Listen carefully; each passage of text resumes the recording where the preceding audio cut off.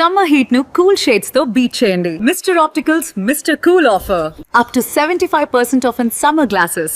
వీసాలు అలాగే యూకేలో ఉద్యోగ అవకాశాలు, స్పాన్సర్షిప్స్ ఇలా ఇప్పిస్తానంటూ తమని చీట్ చేశారంటూ ఇప్పటికే యూట్యూబర్ నందూస్ వరల్డ్, సో నందూస్కు సంబంధించి ఆమె భర్త మీద కూడా ఇప్పటికే పోలీస్ కేసు నమోదైనటువంటి విషయం తెలిసింది. అయితే ఇప్పుడు గవర్నమెంట్ కూడా ఈ ఇష్యూని చాలా సీరియస్గా తీసుకుంది. పోలీసులు కూడా తమ ఇన్వెస్టిగేషన్ను పూర్తి స్థాయిలో కాన్సన్ట్రేట్ చేశారు. ముఖ్యంగా లుక్అవుట్ నోటీసులు జారీ చేశారు. అయితే ఇప్పుడు వీళ్ళని యూకే నుంచి ఇండియాకి తీసుకొచ్చి అరెస్ట్ చేసే అవకాశం ఉందా? అసలు లుక్అవుట్ నోటీసులు ఏ విషయాల్లో జారీ చేస్తారు తెలుసుకునే ప్రయత్నం చేద్దాం. మనతో పాటున్నారు హైకోర్టు అడ్వకేట్ నాగరాజు గారు. నాగరాజు గారు నమస్తే అండి.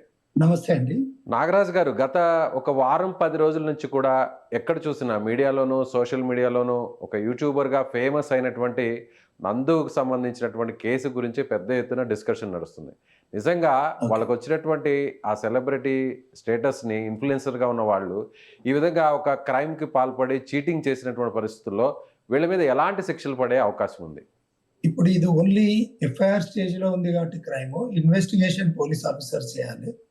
ప్రధానంగా ఇన్సిడెంట్ లో నందు స్కామ్ అని చెప్పి మనం అంటున్నాం. ఇంకా ఇక్కడ ఉన్నటువంటి రమనందన అని చెప్పేసి ఆమె పైన వీళ్ళ పైన ఏదైతే ఆంధ్రప్రదేశ్ ఇబ్రాహీం పట్నం పోలీస్ స్టేషన్ లో క్రైమ్ రిజిస్టర్ అయింది. ఇంకా వేరియస్ పోలీస్ స్టేషన్స్ లో కూడా క్రైమ్ రిజిస్టర్ అయినట్టు తెలుస్తుంది. వీళ్ళు యూకే మరియు ఇతర దేశాలలో ఏదైతే స్కామ్ చేసిండ్రు అనే అలిగేషన్ ఏదైతే ఉందో, ఇప్పుడు ఇది ఫైనాన్షియల్ ఫ్రాడ్ కిందకి వస్తుంది. ఫ్రాడ్ ఏదైతే ఉందో ఎస్టాబ్లిష్మెంట్ చేయాలంటే పోలీస్ ఇన్వెస్టిగేషన్ కంపల్సరీ కావాల్సి ఉంటుంది. ఒకవేళ కంపల్సరీ అయింది అంటే వాళ్ళను ఇన్వెస్టిగేట్ చేసే పద్ధతిలో కోర్టు పర్మిషన్ తీసుకొని వాళ్ళకి లుక్అవుట్ నోటీసు జారీ చేసే పరిస్థితులు కోర్టు ద్వారా లీగల్ గా యాక్షన్ ఈ విధంగా ఉంటుంది.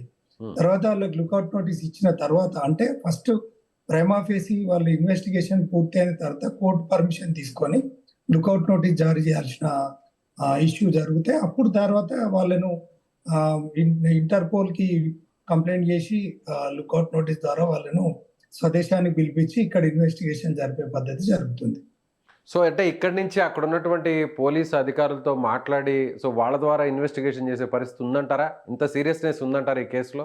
100% ఫైనాన్షియల్ ట్రాన్సాక్షన్స్ ఏదైతే అకౌంటబిలిటీ ఉంది కదా, ఒకరికొకరికి ట్రాన్స్ఫర్ అయినట్టు స్టేట్మెంట్స్, బ్యాంక్ స్టేట్మెంట్స్ కానీ ఇంకా ఇవి ఉన్నాయని చెప్పి అలిగేషన్స్ ఉన్నాయి కాబట్టి ఖచ్చితంగా వాళ్ళ కన్వర్సేషన్ అవన్నీ కూడా పోలీస్ వారు గ్యాదర్ చేస్తారు.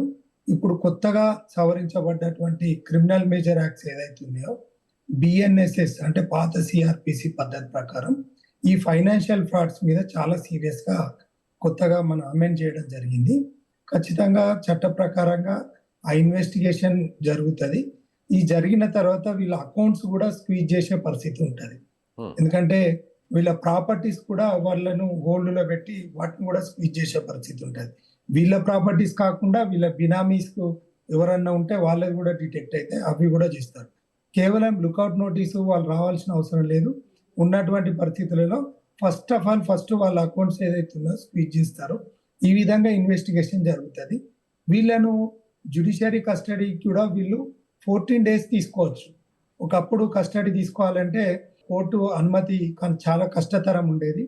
ఇప్పుడు కేవలం ఈ ఫైనాన్షియల్ ఫ్రాడ్స్ కానీ ఈ సైబర్ క్రైమ్స్ కానీ ఇట్లాంటివి ఉంటే కొత్తగా ఉన్నటువంటి బిఎన్ఎస్ఎస్ పాత సిఆర్పిసి ఏదైతే చట్టం అనుకుంటున్నామో 14 days కస్టడీ తీసుకోవచ్చు. It may be extended up to 1 month వరకు కూడా తీసుకొని ఇన్వెస్టిగేషన్ చేసి బాధితుల పక్షాన న్యాయం జరిగే దిశగా చట్టాలను వాటిని, ఎందుకంటే మారుతున్నటువంటి క్రైమ్స్ ఆధారంగా ఈ కొత్త చట్టాలలో ఈ ఒక దాన్ని పొందుపరచడం. నాగరాజు గారు, అందరికీ ఒక అనుమానం ఉంది. ఎందుకంటే లక్షల కోట్ల రూపాయలు స్కామ్ చేసి బ్యాంకుల్ని, ప్రభుత్వాలను కూడా మోసం చేసి విదేశాలకు పారిపోయినటువంటి చాలా మంది గనులను మనం చూస్తుంటాం. కానీ ఇప్పటికీ కూడా వాళ్ళ మీద అక్కడ ప్రభుత్వాలు కానీ అక్కడ ఉన్నటువంటి ఇన్వెస్టిగేషన్ సంబంధించినటువంటి ఆఫీసర్స్ కానీ పోలీస్ కానీ లోకల్గా అక్కడెక్కడ కూడా వాళ్ళని పట్టుకొని విచారిస్తున్నటువంటి పరిస్థితులు లేవు.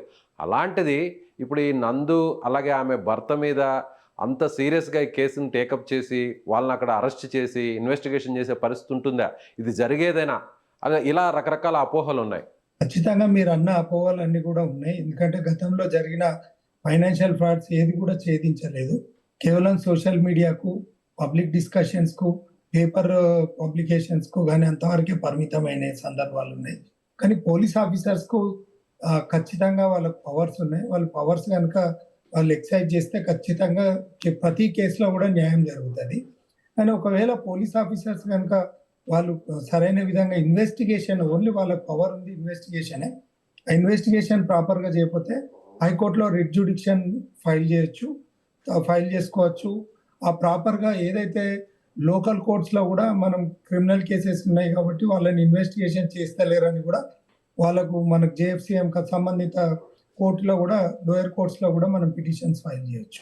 అలాగే నాగరాజు గారు, ఇప్పుడు జనరల్గా ఒక రాష్ట్రం నుంచి ఇంకొక రాష్ట్రంలో నిందితులు ఉంటేనో వాళ్ళని పట్టుకోవడానికి, వాళ్ళని అదుపులోకి తీసుకోవడానికి, విచారించడానికే కొంత టెక్నికల్గా ఒక ప్రాబ్లం ఉంటుంది. అది పోలీసులు అలాగే రాష్ట్రాలకు సంబంధించినటువంటి ఆయా శాఖల మధ్య. కానీ ఇప్పుడు ఏకంగా విదేశాలు, అందులోనూ యూకే లాంటి ఒక డెవలప్డ్ కంట్రీకి సంబంధించినటువంటి అక్కడున్న ఇన్వెస్టిగేషన్ ఆఫీసర్స్ని మాట్లాడాలన్నా కూడా ఈ స్థాయిలో జరగాలి అంటే టెక్నికల్గా అది ఎలా జరగాలి? అంటే ఇక్కడ ఏ స్థాయి ఆఫీసర్స్, ఏ స్థాయి గవర్నమెంట్లో ఉన్నటువంటి పెద్దలు ఇన్వాల్వ్ అయితే అక్కడ వీళ్ళ మీద విచారణ జరిగే అవకాశం ఉంది అంటారు. జనరల్గా ప్రొసీజర్ ఎలా ఉంటుంది? దీనికి పెద్దల ఇన్వాల్వ్మెంట్ అవసరం లేదు. చట్టం తన పని తాను చేసుకుంటూ పోతే ఖచ్చితంగా న్యాయం జరుగుతుంది. అది ఎలా?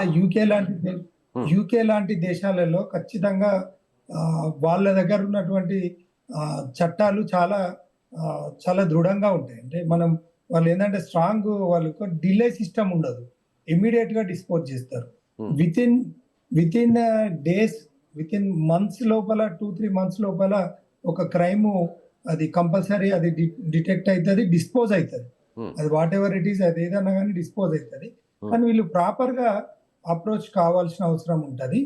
దీనికి కేవలం ఎవరైతే ఉన్నారో SHO is a final authority. ఆయన స్టేషన్ హౌస్ ఆఫీసర్ ఏదైతే ఎక్కడైతే క్రైమ్ రిజిస్టర్ అవుతుందో అది ఉంటుంది. ఆ జిల్లాకు సంబంధించిన సిపి గారు లెటర్ పెడితే అక్కడ నుండి ఏదైతే కోర్టు పర్మిషన్ తీసుకొని ఇమీడియట్ గా అక్కడ యూకే ఏది లాస్ కి కనుక ఎండార్స్ చేసుకుంటే ఖచ్చితంగా వాళ్ళను మనకు హ్యాండ్ ఓవర్ చేసే పద్ధతి ఉంటుంది. ఒకవేళ లేదు అంటే మనము ఇక్కడ నుండి మనకు ఇంటర్పోల్ ద్వారా పర్మిషన్ తీసుకొని మన పోలీస్ పోయి కూడా అక్కడ వాళ్ళ సాయం తీసుకొని అరెస్ట్ చేసి తీసుకొని రావచ్చు. ఓకే.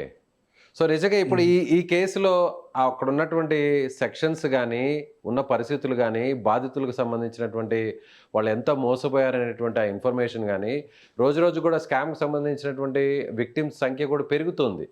సో ఈ కేసులో పర్టికులర్గా అక్కడున్న సెక్షన్స్ని బట్టి సో ఎన్ని రోజుల లోపల, ఎంత టైం లోపల వాళ్ళని అదుపులోకి తీసుకునే అవకాశం ఉంది, లేదంటే డైరెక్ట్గా ఇండియాకు పిలిపించే అవకాశం ఉంది, ఇక్కడ అరెస్ట్ చేసే అవకాశం ఉంది? ఇండియాకు పిలిపించుకునే అవకాశం ఉండాలి. ఎందుకంటే ఈ క్రైమ్ ఇన్వెస్టిగేషన్ కావాలి, ఎస్టాబ్లిష్మెంట్ కావాలి. ఫైనల్ రిపోర్ట్ తయారైన తర్వాతనే వాళ్ళు అయితే రెడ్ కార్నర్ నోటీస్ వాళ్ళకు పంపించడం జరుగుతుంది. కానీ దీనికి ఇది చీటింగ్ గ్రౌండ్ కింద వస్తుంది. అబౌట్ 10 years క్రైమ్ కిందకి తీసుకున్న ఉంటది. 10 years క్రైమ్ కిందకి వస్తుంది కాబట్టి ఖచ్చితంగా ఇది non bailable section. Whatever it is bailable or non bailable, ఏదైనా కూడా క్రైమ్ ఈజ్ క్రైమ్ కాబట్టి క్రైమ్ లో కంపల్సరీ వాళ్ళ ఇన్వాల్వ్మెంట్ ఉంది అని ప్రూవ్ అయితే కనుక ఖచ్చితంగా కోర్టు సాయంతో వాళ్ళను లుక్అవుట్ నోటీస్ ఇచ్చేసి వాళ్ళని ఇండియాకు పిలిపించి ఇన్వెస్టిగేషన్ చేసి వాళ్ళని ఖచ్చితంగా కన్విక్షన్ అయ్యే వరకు కూడా వాళ్ళ పాస్పోర్ట్ సీజ్ చేసేసి కేసు డిస్పోజ్ అయ్యే వరకు, అంటే ట్రయల్ కంప్లీట్ అయ్యే వరకు అది అండర్టేకింగ్ తీసుకొని వాళ్ళను out of station, out of కంట్రీకి పోకుండా వాళ్ళను అంటే ఇక్కడ కస్టడీ తీసుకొని వాళ్ళ పాస్పోర్ట్ సీజ్ చేసే పరిస్థితి ఉంటుంది. సో రీసెంట్గా జరిగిన ఇన్సిడెంట్స్, అంటే ఇలాంటి ఫైనాన్షియల్కి సంబంధించిన చీటింగ్ కేసెస్లో ఈ విధంగా విదేశాల్లో ఉండి అక్కడ స్థిరపడిన వాళ్ళు, అక్కడ వేరే ఉద్యోగాలు చేస్తున్న వాళ్ళు, ఎవరైనా ఇక్కడ ఉన్నటువంటి కొంతమంది బాధితులను ఆసరాగా చేసుకున్న వాళ్ళని, మోసపోయిన వాళ్ళని, సో ఇట్లా ఎప్పుడైనా రెడ్ కార్నర్ కానీ లుకౌట్ నోటీసు జారీ చేయడం కానీ జరిగి వాళ్ళని ఇండియాకి తీసుకొచ్చినటువంటి పరిస్థితులు ఏమైనా ఉన్నాయా ఇట్లాంటి ఇష్యూస్లో? రైట్, మీరు అడిగిన ప్రశ్నకు సూటిగా ఒక్కొక్క కంట్రీకి ఒక్కొక్క లా ఉంటుంది. ఇప్పుడు ఉదాహరణకి ఏంటంటే చాలా మంది క్రైమ్ చేసి అరబ్ కంట్రీస్ కంటే దుబాయ్ పోతే వాళ్ళు అక్కడ సెక్యూర్ చేస్తారు అక్కడ ఉన్న పరిస్థితులు అనే దాని మీద మనం చూస్తున్నాం. ఇప్పుడు మనకు కింగ్ ఫిషర్ విజయ్ మాల్యా ఉన్నారు, ఇప్పటి వరకు కూడా మనం పట్టుకోలేకపోయిండ్రు అది ఇది అనేదాన్ని.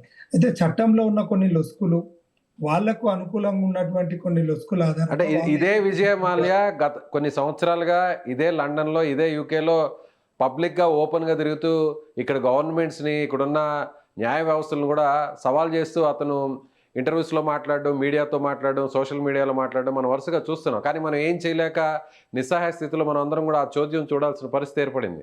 అలాంటిది ఇప్పుడు ఇలాంటి వ్యక్తుల మీద జరుగుతాయా, అసలు నిజంగా విచారణ జరుగుతుందా అట్లీస్ట్ అనేది ఇప్పుడు అందరికీ ఉన్నటువంటి అనుమానం. ఇప్పుడు ఉన్నోనికి ఒక న్యాయం లేనోనికి ఒక న్యాయం అనే విధంగా చట్టంలో డిస్క్రిమినేషన్ ఉన్నది అనేది నేను ఖచ్చితంగా ఒక యాజ్ అడ్వకేట్ గా నేను చెప్తున్నా.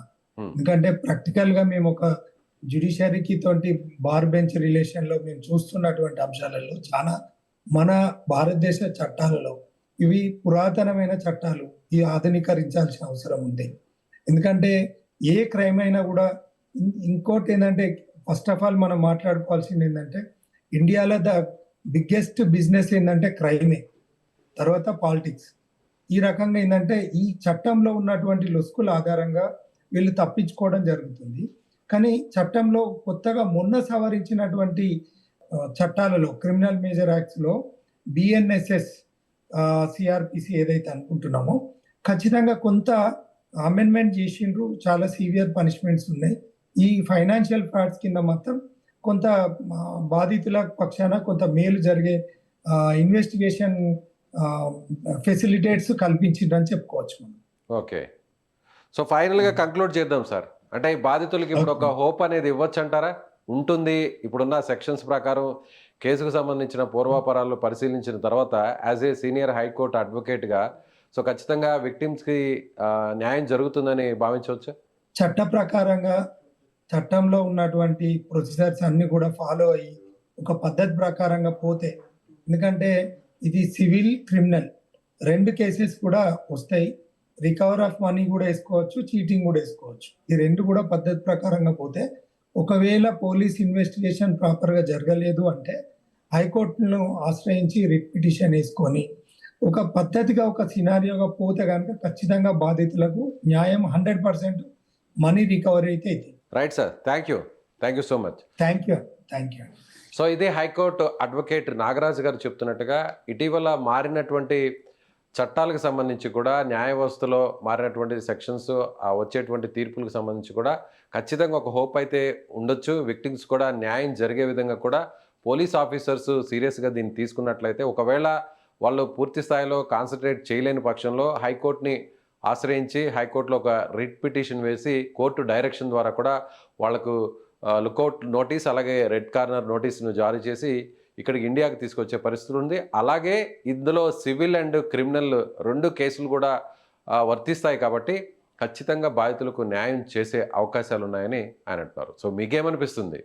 నందూస్కు సంబంధించి ఆమె భర్త మీద వచ్చినటువంటి ఆరోపణలు, కేసులకు సంబంధించి రోజుకు పెరుగుతున్నటువంటి బాధితుల సంఖ్యకు సంబంధించి ఖచ్చితంగా బాధితులకు న్యాయం జరుగుతుందని మీకు అనిపిస్తుందా? ఇలాంటి సెలబ్రిటీస్, ఇలాంటి సోషల్ మీడియా ఇన్ఫ్లుయెన్సర్స్ చేస్తున్నటువంటి దురాఘాతాలు, చీటింగ్ సంబంధించి కూడా మీ దగ్గర ఉన్న ఇన్ఫర్మేషన్ని కామెంట్ చేయండి. Thank you.